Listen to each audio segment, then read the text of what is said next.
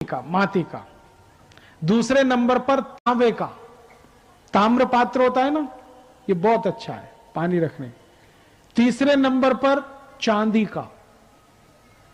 आप कहेंगे चांदी बहुत महंगी है, कहां से लाएंगे? आप ऐसा करिए, माटी के घड़े में चांदी का एक अंगूठी डाल दीजिए, काम हो जाएगा। और उससे भी अच्छा पानी है सोने का।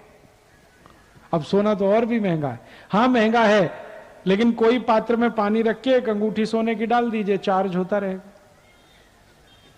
ये सोने चांदी का पानी पीना चाहिए ठंडी में, और माटी के घड़े का पानी पीना चाहिए गर्मी में, और ताम्र पात्र का पानी पीना चाहिए बारिश में, पाउस के सीजन में। और पानी सबसे अच्छा माना जाता है जो पीने के लिए है, वो पाउस का, बारिश का जो पानी गिरता है ना, वो सबसे शुद्ध है।